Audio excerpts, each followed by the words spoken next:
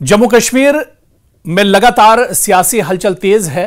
तमाम सियासी जो सरगर्मियां उस पर भी नजर डालेंगे, लेकिन इस बीच जो बड़ी खबर आ रही है वो दिल्ली से आ रही है, क्योंकि दिल्ली में जम्मू कश्मीर की सिक्योरिटी को लेकर बड़ी बैठक होने जा रही है। और आपको बता दें कि यह बैठक गृहमंत्री अमित शाह की अध्यक्षता में होगी, सदारत में होगी। इस बैठक में खुद जम्मू कश्मीर के उपराज्यपाल मनोज सिन्हा भी शामिल होंगे। इसके अलावा आर्मी के जो बड़े अफसरान हैं या गृह मंत्रालय के जो बड़े अफसरान हैं वो भी इस बैठक में शामिल होंगे। और इसके अलावा जम्मू कश्मीर के मौजूदा हालात, सिक्योरिटी के हालात, आतंकवाद और अलगाववाद को लेकर जो मौजूदा हालात हैं उस पर मंथन किया जाएगा।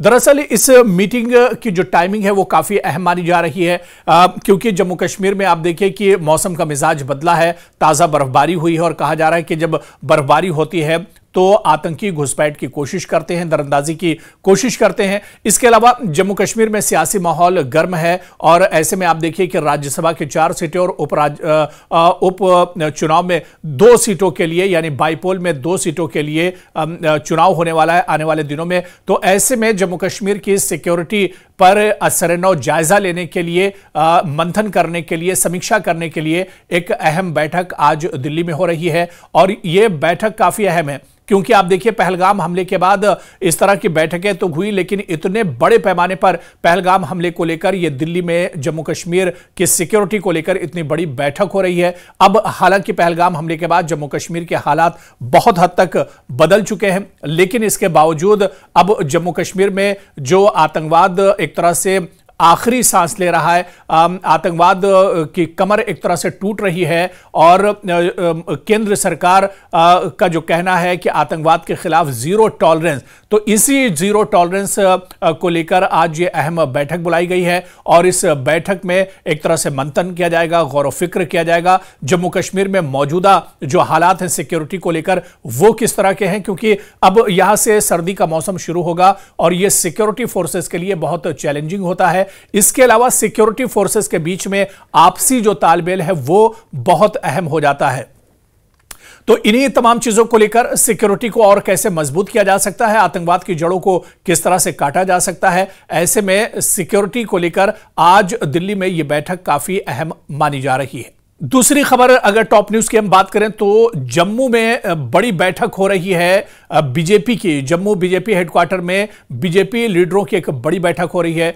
तरुण चुग इस बैठक की अध्यक्षता कर रहे हैं और कहा जा रहा है कि इस बैठक में जम्मू कश्मीर में होने वाले जो चुनाव हैं, चाहे राज्यसभा के चुनाव हो या खासतौर से उपचुनाव को लेकर इस बैठक में मंथन किया जा रहा है, गौर व फिक्र किया जा रहा है कौन से उम्मीदवार होंगे, क्योंकि बीजेपी अब पहले ही ऐलान कर चुकी है कि उपचुनाव बाईपोल जो 2 सीटों पर हो रहे हैं, इन दोनों सीटों पर बीजेपी अपने उम्मीदवार उतारेगी। ऐसे में बीजेपी की रणनीति क्या होगी, बीजेपी का जो एक तरह से इक्वेशन क्या कुछ होगा और बीजेपी कौन से उम्मीदवारों पर किस्मत आजमा सकती है, क्योंकि पिछली बार जो इंतखाबात हुए थे वहां बडगाम की सीट पर बीजेपी ने उम्मीदवार नहीं उतारा था, लेकिन अब बाईपोल में बीजेपी दावा कर रही है कि वो दोनों सीटों पर अपने उम्मीदवार उतारेगी और बड़ी जीत हासिल करेगी।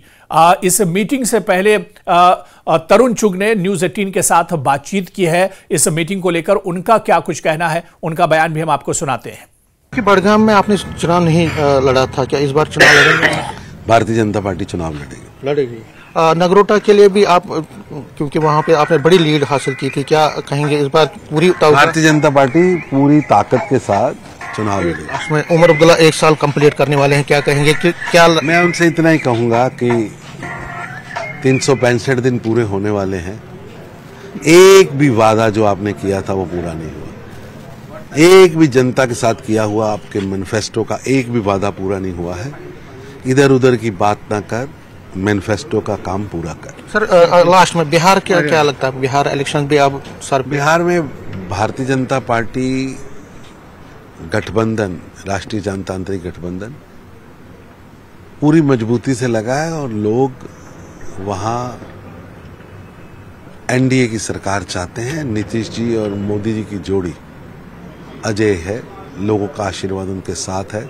स्वयं रोजगार हो, महिला रोजगार हो, नौजवानों को रोजगार से जोड़ने की बात हो, सरकार ने बहुत बड़े काम किए हैं। जम्मू कश्मीर में लगातार उपचुनाव और राज्यसभा चुनाव को लेकर सियासी पारा इस वक्त गर्म हो चुका है और तमाम जो सियासी पार्टियां हैं वो अब चुनाव की तैयारियों में लगी हुई हैं। चाहे बीजेपी की बात करें, नेशनल कॉन्फ्रेंस, कांग्रेस, पीडीपी, सभी अब तैयारियों में एक तरह से जुट चुकी हैं और यह माना जा रहा है कि आने वाले दिनों में राज्यसभा की जो 4 सीटें होंगी, इनमें कांग्रेस और नेशनल कॉन्फ्रेंस 3 सीटों पर दावा कर रही है, लेकिन एक सीट किसके हिस्से में जाएगी यह देखना बहुत अहम होगा। क्या बीजेपी एक सीट पर जीत हासिल करेगी या फिर एक सीट बहुत इंपॉर्टेंट हो जाती है।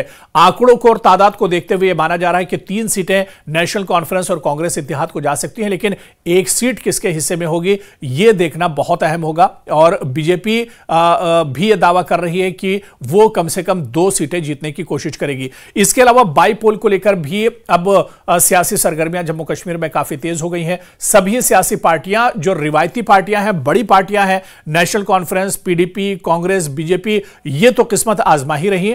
इसके अलावा जो नई और उभरती हुई पार्टियां हैं, चाहे अपनी पार्टी की बात करें, आम आदमी पार्टी की बात करें या सज्जाद गनी लोन की पार्टी की बात करें, इंजीनियर रशीद की पार्टी की बात करें, ये सभी पार्टियां भी बाईपोल में किस्मत आजमा रही हैं। तो ऐसे में आने वाले दिनों में जब बाईपोल के इंतखाबात होंगे तो जम्मू कश्मीर की इन 2 सीटों पर भी इंतखाबात काफी दिलचस्प होंगे और पूरे मुल्क की निगाहें इन इंतखाबात पर एक तरह से लगी रहेंगी। इस बीच बड़ी खबर आम आदमी पार्टी की तरफ से आ रही है। महराज मलिक से जुड़ी हुई बड़ी खबर है, क्योंकि महराज मलिक से जेल के अंदर, कठुआ डोडा जेल के अंदर जाकर जो आम आदमी पार्टी की स्पोक्सपर्सन है, तर्जुमान है, उन्होंने महराज मलिक से मुलाकात की है और यह तय हुआ है कि आम आदमी पार्टी भी आने वाले उपचुनाव यानी बाईपोल में हिस्सा लेगी और अपनी दावेदारी पेश करेगी। हालांकि इससे पहले आम आदमी पार्टी ने एक कैंपेन, एक मुहिम भी शुरू की है। जिस तरह से महराज मलिक जो आम आदमी पार्टी के जम्मू कश्मीर में सदर हैं, प्रेसिडेंट हैं, उनके ऊपर पीएसए लगा है। उनकी गिरफ्तारी को लेकर आम आदमी पार्टी एक सिग्नेचर कैंपेन भी चला रही है और एक्सपर्ट्स का, माहिरीन का यह मानना है कि आम आदमी पार्टी दरअसल इमोशनल कार्ड इन चुनाव में खेलना चाह रही है और यह पूरा चुनाव महराज मलिक के नाम पर ही आम आदमी पार्टी लड़ना चाह रही है। हालांकि जम्मू कश्मीर में 90 सीटों में से सिर्फ आम आदमी पार्टी के पास 1 सीट है, लेकिन इसके अलावा पूरी मजबूती के साथ महराज मलिक और आम आदमी पार्टी के तर्जुमान का कहना है कि वो पूरी तैयारी और पूरी मजबूती के साथ जम्मू कश्मीर में बाईपोल के चुनाव में हिस्सा लेंगे। इसके अलावा अनंतनाग से बड़ी खबर आ रही है, जहां पर सर्च ऑपरेशन बड़े पैमाने पर चलाया जा रहा है। पिछले दिनों जिस तरह से आर्मी के 2 जवान लापता हुए हैं और इसी तरह से अनंतनाग के घने जंगलों में आतंकियों के छुपे होने की खबर है, जिसके बाद बड़े पैमाने पर पूरे अनंतनाग में और खासतौर से अनंतनाग के जो बालाई इलाके हैं या जो घने जंगल है, वहां पर एंटी टेरर सर्च ऑपरेशन चलाया जा रहा है। दरअसल जंगल काफी घने हैं, इस वजह से इस एंटी टेरर ऑपरेशन में हेलीकॉप्टर की मदद भी ली जा रही है। और आपको बताते चलें कि कल यह ऑपरेशन शुरू हुआ था, लगातार यह ऑपरेशन आज भी चल रहा है और आज सुबह के बाद इस ऑपरेशन में शिद्दत लाई गई है, यानी बड़े पैमाने पर यह ऑपरेशन अब अंजाम दिया जा रहा है। दरअसल पिछले दिनों जिस तरह से 2 जवान लापता हुए हैं, उनको लेकर भी सर्च ऑपरेशन चलाया जा रहा है, उनको लेकर भी लगातार यहां पर रेस्क्यू ऑपरेशन चलाया जा रहा है। इन जवानों को खोजने की कोशिश की जा रही है और दूसरी तरफ इलाके में आतंकियों के होने की खबर मिली है और ऐसे में सिक्योरिटी फोर्सेस एक तरह से और मुस्तैद हो गई हैं और चौकन्ना हो गई हैं और पूरे इलाके में सर्च ऑपरेशन अब चलाया जा रहा है। खासतौर से घने जंगलों में कहा जा रहा है कि आतंकी छुपे हो सकते हैं, घने जंगलों का सहारा ले सकते हैं। ऐसे में घने जंगलों के अंदर भी बड़े पैमाने पर यह सर्च ऑपरेशन अंजाम दिया जा रहा है।